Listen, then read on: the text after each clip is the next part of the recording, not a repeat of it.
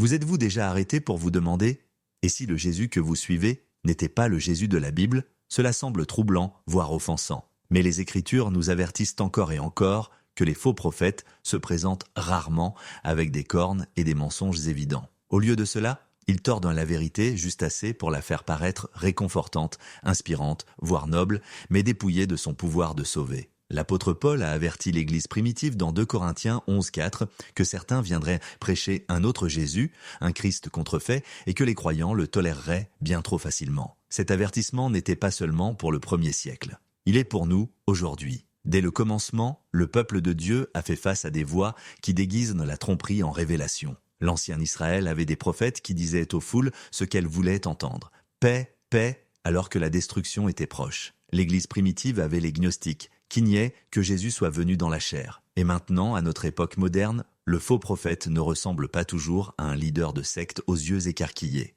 Parfois, il porte un costume sur mesure, arbore un sourire impeccable et cite des versets hors contexte avec une voix qui suscite les applaudissements. Pourquoi est-ce important pour nous ? Parce que ce que vous croyez à propos de Jésus détermine tout de votre éternité. Un Christ adouci, aseptisé, un Christ qui ne confronte jamais le péché, n'appelle jamais à la repentance, ne défie jamais votre vie, ne peut pas vous sauver. Il peut inspirer, mais il ne peut pas racheter. Il peut réconforter, mais il ne peut pas transformer. Le danger est subtil. Des millions de personnes aujourd'hui pensent suivre Jésus, alors qu'en réalité, elles suivent une image façonnée par la culture, la commodité ou le charisme. Alors voici la question avec laquelle vous et moi devons lutter. Poursuivons-nous le vrai Jésus, celui qui a porté la croix, et nous appelle à faire de même, ou nous accrochons-nous à une version qui nous fait nous sentir bien, mais nous laisse inchangés ? La différence n'est pas mince, elle est éternelle. L'un des signes les plus clairs d'un faux prophète est le suivant. Il ne rejette pas Jésus purement et simplement. Il le refait simplement. Selon les mots de Paul, il proclame un autre Jésus, 2 Corinthiens 11,4.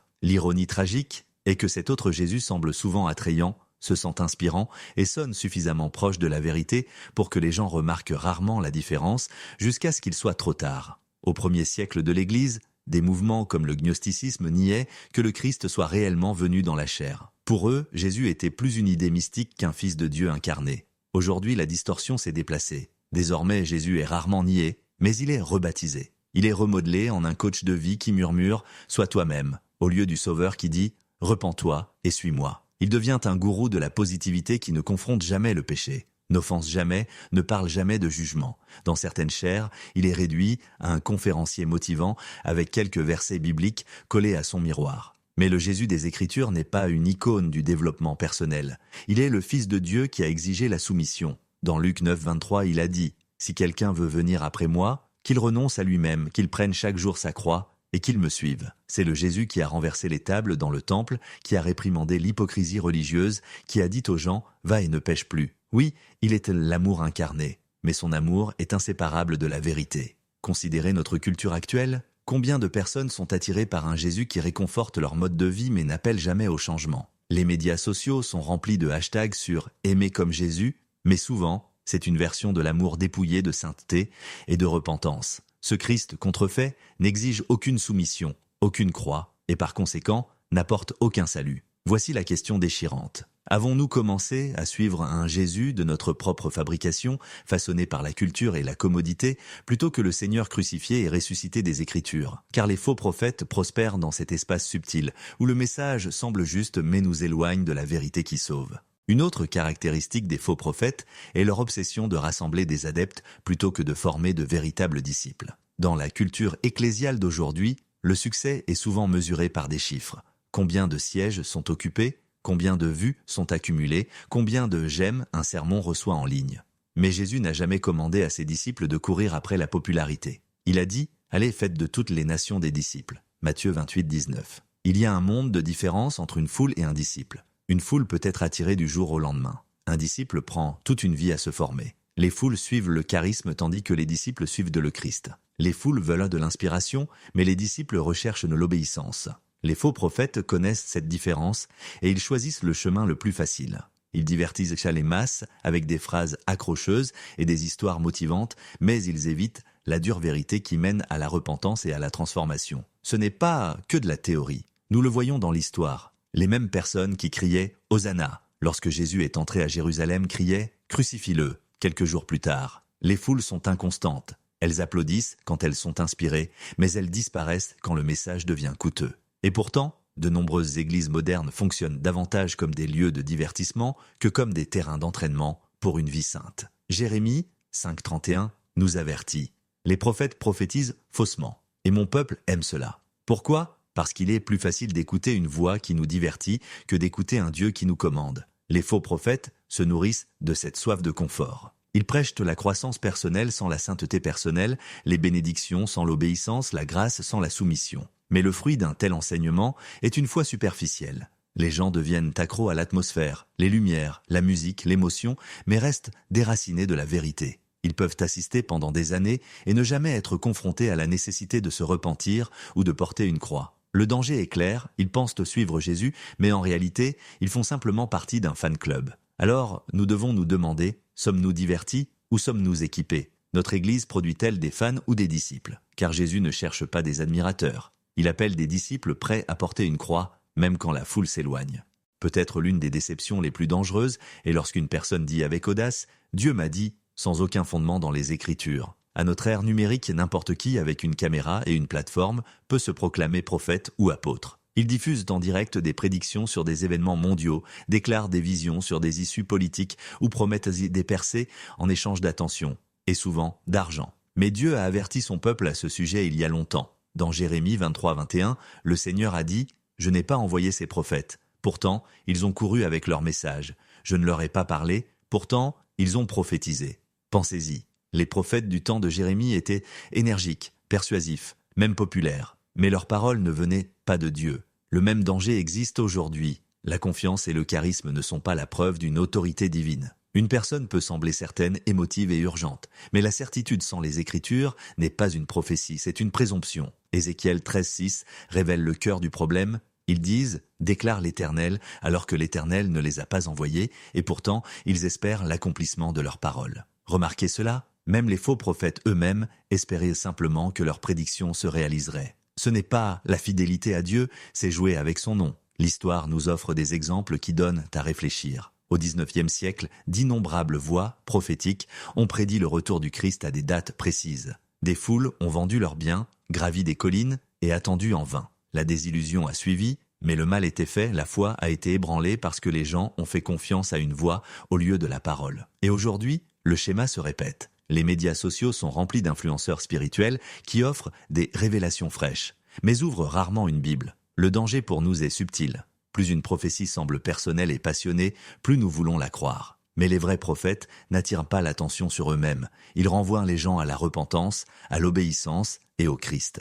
Paul l'a dit sans détour dans Galates 9:8. Si quelqu'un, même nous, ou un ange du ciel, vous annonce un évangile différent de celui que nous vous avons annoncé, qu'il soit anathème. Alors, voici le défi. Ne soyez pas éblouis par la présentation, soyez ancrés dans la doctrine. Ne vous contentez pas de « Dieu m'a dit » quand vous pouvez vous accrocher à « La Bible dit ». Car si leur message n'est pas enraciné dans les Écritures, il ne vous mènera jamais plus près de lui. Une tendance croissante dans la prédication moderne est l'échange subtil de la repentance contre le réconfort. Au lieu de confronter le péché, de nombreuses voix offrent aujourd'hui des stratégies d'adaptation. Au lieu de la croix, elles prêchent le bien-être personnel. Au lieu de la transformation, elles promeuvent l'auto-affirmation. En surface, cela semble réconfortant. Après tout, qui ne veut pas d'encouragement dans un monde épuisant ? Mais la Bible le dit clairement, sans repentance, il n'y a pas de salut. Paul a averti dans 2 Timothée 3,5 ceux qui auraient l'apparence de la piété, mais qui en renieraient la puissance. C'est exactement ce que représente ce changement. En apparence, le message semble chrétien.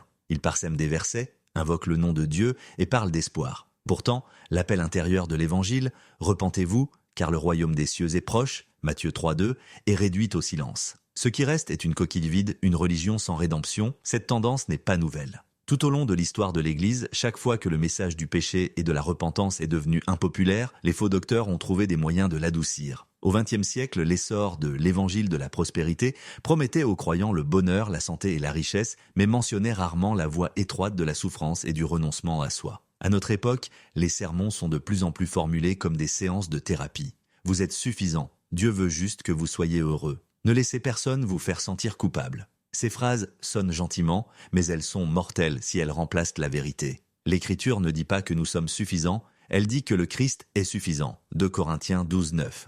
Elle ne nous dit pas de suivre notre cœur, elle nous avertit que le cœur est tortueux par-dessus tout. Jérémie 17,9. Elle n'affirme pas notre fragilité, elle nous commande de crucifier la chair, Galates 5,24. Un évangile qui apaise sans convaincre n'est pas du tout l'évangile. Considérez le sermon de Pierre à la Pentecôte, Acte 2,37, nous dit que les gens ont eu le cœur transpercé. Cette douleur de la conviction a conduit à la repentance, et la repentance a conduit au salut. La vraie prédication peut piquer avant de guérir. La fausse prédication engourdit l'âme jusqu'à ce qu'elle périsse. Alors demandez-vous, êtes-vous orienté vers l'autel ou vers un miroir ? Entendez-vous des messages qui vous appellent à vous rendre ou des messages qui vous disent simplement de vous sentir mieux dans votre peau ? Car Dieu n'est pas un thérapeute qui existe pour gérer nos émotions. Il est le Rédempteur qui est mort pour transformer nos vies. L'une des tentations les plus subtiles mais destructrices pour les leaders spirituels est l'attrait de l'influence politique. La Bible nous en donne une image frappante dans 1 Roi 22. 400 prophètes ont assuré au roi Achab que la victoire était garantie s'il partait en guerre. Seul un homme, Michée, a eu le courage de dire la vérité de Dieu, qu'un désastre attendait. Sa récompense ? La prison. Il était seul parce qu'il craignait Dieu plus que les rois. La même lutte existe aujourd'hui. De nombreuses chairs ont été tentées de troquer l'audace prophétique contre le pouvoir politique. Les sermons commencent à ressembler moins à l'évangile du Christ et plus à des discours de campagne. Des versets sont choisis avec soin pour appuyer des programmes, tandis que le silence tombe sur des questions qui pourraient offenser de puissants partisans. Au lieu de façonner la culture par la justice, les églises risquent d'être façonnées par la culture du pouvoir. Mais les paroles de Jésus dans Jean 18,36 transpercent le bruit « Mon royaume n'est pas de ce monde ». Il n'a jamais recherché l'approbation de César, il n'a jamais ajusté son message pour gagner les faveurs de Rome. Il est venu pour confronter le péché, non pour briguer un poste politique. Pourtant, à notre époque, combien de fois entendons-nous des leaders chrétiens mêler nationalisme et réveil ou jurer plus de loyauté à un candidat qu'au Christ ? L'histoire nous a appris de dures leçons ici. Au Moyen-Âge, les alliances entre les leaders de l'Église et les monarques ont souvent estompé la frontière entre l'autorité spirituelle et l'ambition politique. Au lieu d'être une voix prophétique, l'Église est trop souvent devenue une extension du pouvoir de l'État. Le résultat ? Corruption, compromis et un témoignage affaibli devant le monde. Paul a averti Timothée que « nul soldat en service ne s'embarrasse des affaires de la vie civile afin de plaire à celui qui l'a enrôlé. » 2 Timothée 2,4. Notre commandant n'est sur aucun bulletin de vote.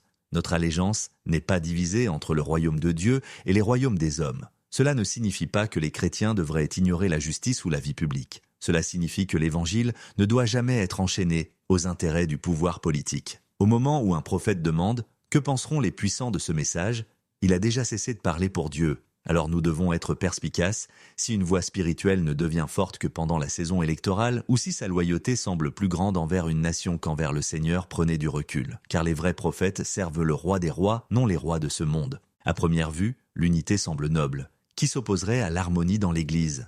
L'Écriture elle-même exhorte les croyants à être un seul corps et à se supporter les uns les autres dans l'amour.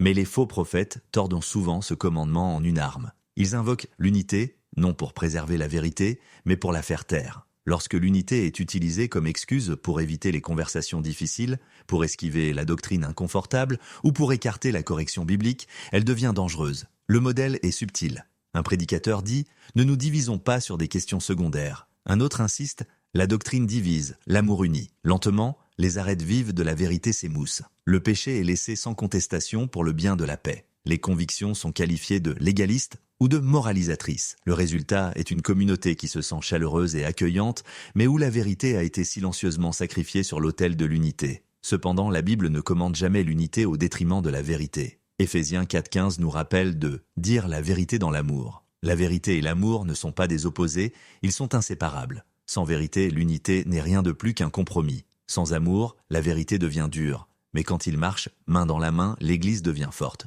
Considérez les exemples des Écritures. Paul a confronté publiquement Pierre à Antioche lorsque les actions de Pierre trahissaient de l'Évangile. Galates 2,11. Imaginez si Paul avait choisi la paix plutôt que la vérité. Une église entière aurait pu être égarée. Jean a mis en garde contre ceux qui niaient l'incarnation du Christ de Jean 1,7. S'il était resté silencieux pour le bien de l'harmonie, l'erreur se serait propagée sans contrôle. Même Jésus lui-même a renversé les tables dans le temple, perturbant la fausse paix de la corruption religieuse. L'histoire aussi nous montre le coût de la fausse unité. Dans les moments où l'Église a choisi le silence pour préserver son influence, elle a souvent perdu sa voix prophétique. Des compromis politiques dans les églises d'État au mouvement moderne qui dilutent la doctrine au nom de l'inclusion, le résultat est toujours le même, une foi qui semble amicale mais manque de puissance. Alors voici l'appel. Testez le message. Est-il conforme aux Écritures ou seulement aux conventions sociales? Gardez votre cœur, êtes-vous façonné par la conviction ou par la commodité? Car tous ceux qui prêchent l'unité ne promeuvent pas la paix. Certains promeuvent de la paix avec le péché.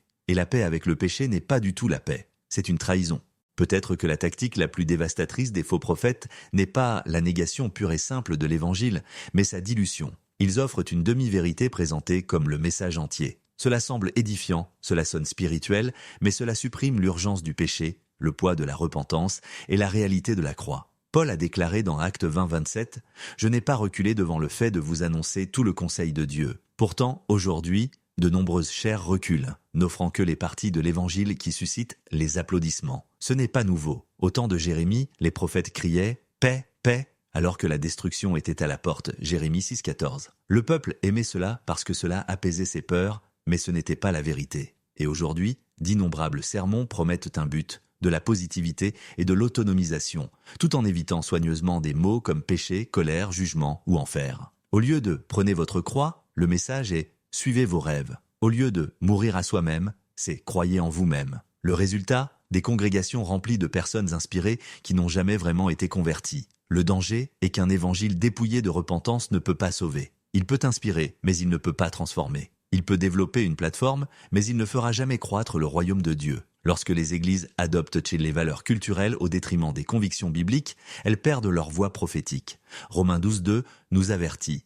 Ne vous conformez pas au siècle présent, mais soyez transformés par le renouvellement de l'intelligence. Pourtant, les faux prophètes font le contraire. Ils se conforment à la culture et baptisonnent le compromis avec un langage spirituel. L'histoire fait écho à cet avertissement. Au XIXe et XXe siècle, certains mouvements chrétiens ont ajusté leur doctrine pour s'adapter aux courants culturels, minimisant l'autorité biblique pour rester socialement pertinent. La conséquence ? Une foi affaiblie qui se fondait dans le monde au lieu de s'y opposer. Aujourd'hui, la même tentation persiste. Les sermons évitent de confronter les idoles culturelles, le mariage, la sexualité, l'avidité, l'orgueil, choisissant plutôt le langage sûr de l'encouragement. Mais un évangile qui n'offense jamais n'est pas l'évangile du Christ. Le véritable évangile réconforte les brisés, mais il convainc aussi le pécheur. Il guérit, mais seulement après avoir blessé. Il promet l'espérance éternelle, mais seulement par une porte étroite. Alors nous devons nous demander, l'enseignement que vous suivez confronte-t-il la culture ou s'y conforme-t-il ? Vous appelle-t-il à la sainteté ou vous encourage-t-il simplement à faire des compromis ? Car le silence sur le péché est tout aussi destructeur que la tromperie ouverte. Et si nous perdons la plénitude du message du Christ, nous perdons le pouvoir même qui sauve.